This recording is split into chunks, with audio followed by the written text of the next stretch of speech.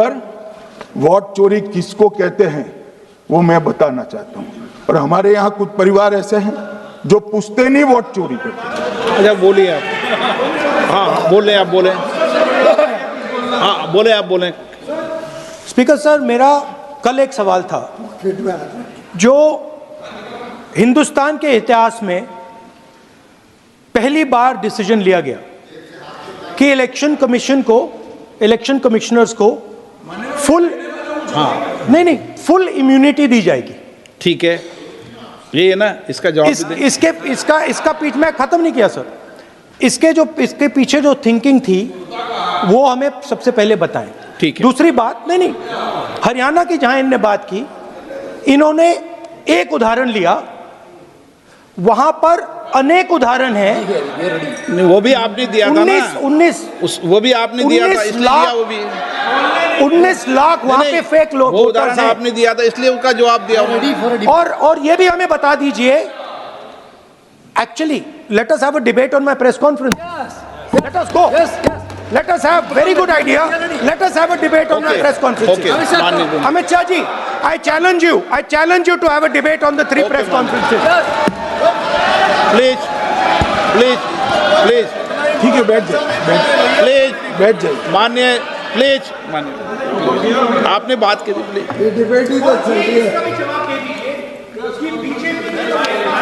उत्तर प्रदेश में और हरियाणा में दोनों चुनाव में वोट कैसे दे रहे हैं? प्लीज ये भी जवाब दे दीजिए माननीय गृहमंत्री जी।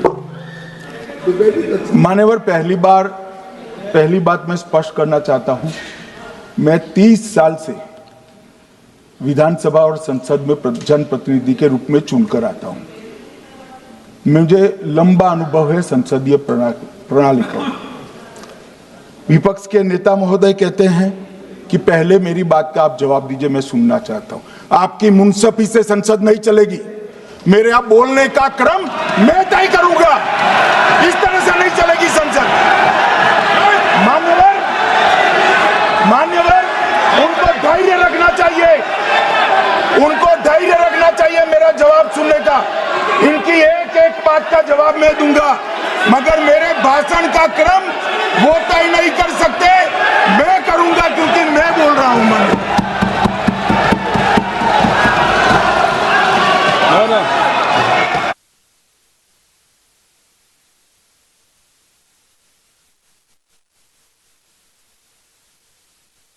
एक मिनट गृहमंत्री जी, एक मिनट गृहमंत्री, क्या गलत बोला उन्होंने यही बोला, आपने जो बात उठाई है मुझे कब बोलना है मैं तय करूंगा, यही बोला ना। उसमें क्यों उत्तेजित हो रहे हो आप? हाँ, आपके 2-2 मिनट में खड़े होने से थोड़ी जवाब देते रहेंगे। नो माननीय गृहमंत्री, नहीं होगा। मैं आपको फिर मौका दूंगा, आपको।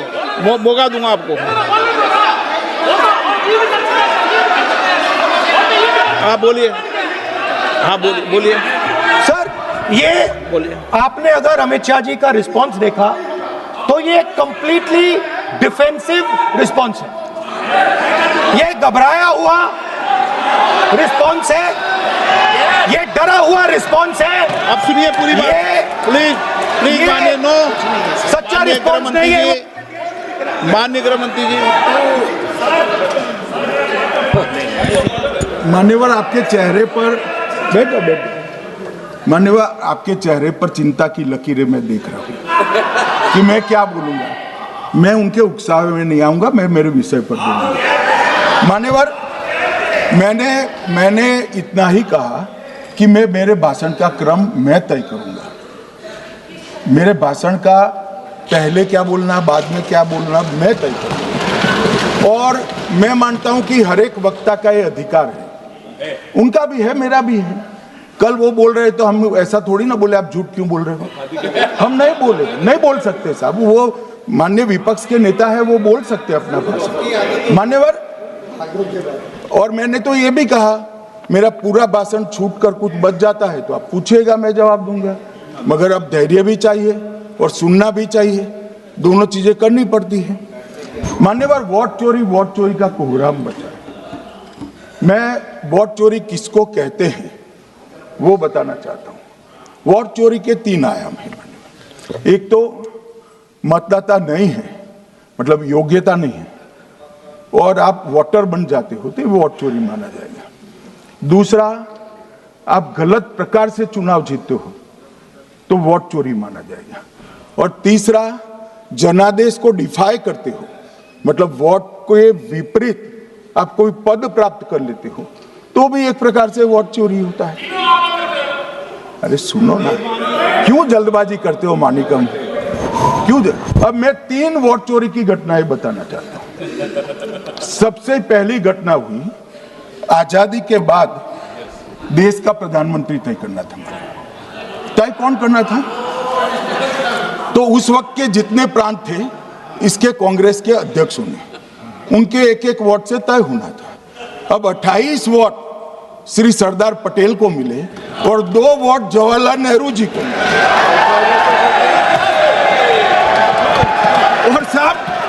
और साहब प्रधानमंत्री जवाहरलाल जी बने।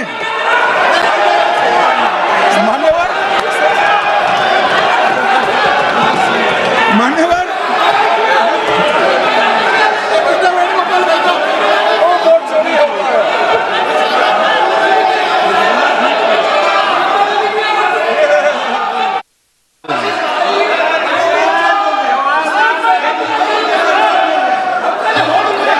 प्लीज, माननीय गृह मंत्री जी, माननीय गृह मंत्री जी,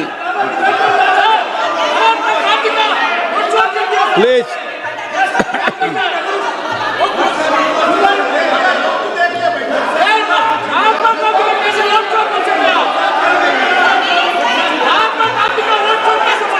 बैठो बैठो, बैठिए माने, प्लीज प्लीज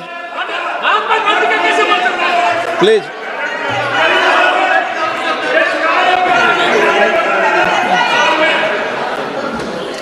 मान्यवर दूसरी, प्लीज बैठिए बैठिए माननीय सदस्य, प्लीज, हर बार नहीं उठते, बैठिए। मान्यवर दूसरे प्रकार की वोट चोरी और नैतिक तरीके से चुनाव जीते, ऐसी वोट चोरी भी भूतकाल में एक बार हुई थी। श्रीमती इंदिरा गांधी रायबरेली से चुनी गई। इलाहाबाद हाईकोर्ट में श्री राजनारायण पहुंचे कि चुनाव नियमों के अनुसार नहीं हुआ। इलाहाबाद हाईकोर्ट ने ये तय कर दिया कि श्रीमती गांधी ने उचित तरीके से चुनाव नहीं जीता है, हम इसको रद्द कर दें। मान्यवर, ये भी वोट चोरी थी, बहुत बड़ी वोट चोरी थी। और उसके बाद में क्या हुआ? उसके बाद में वो वोट चोरी को ढकने के लिए संसद में कानून लाया कि प्रधानमंत्री के खिलाफ कोई केस ही नहीं हो सकता। मैं विपक्ष के नेता को कहना चाहता हूं, इम्यूनिटी की बात आप चुनाव आयोग की पूछ रहे हैं, इसका तो मैं जवाब दूंगा, इम्यूनिटी का। मगर ये इम्यूनिटी जो श्रीमती गांधी ने दी थी, इसके लिए आपका क्या कहना है? और उन्होंने तो स्वयं के लिए ले ली। उनका आरोप है। प्लीज, ऐसे नहीं चलता मान्यवर, आप जब बोले, जब 5-5 मिनट उठेंगे क्या? ये मान्यवर, उनका आरोप है। आप भी बोले। नौ गलत, 1-1 मिनट में सदस्य नहीं उठेगा ना। मान्यवर, उनका आरोप है कि सरकार ने बनाया तो लोकतंत्र ने बनाया, तो जो समय का केस था वो बताया है, आगे का तो बताया। मोदी जी को भी सब लोगों ने प्रधानमंत्री बनाया है भाई, आपकी कृपा से नहीं बने हैं। मान्यवर,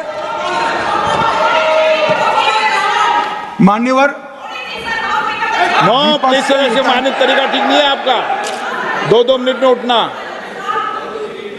मान्यवर, विपक्ष के नेता ने कहा कि आपने चुनाव आयुक्तों को इम्यूनिटी दे दी।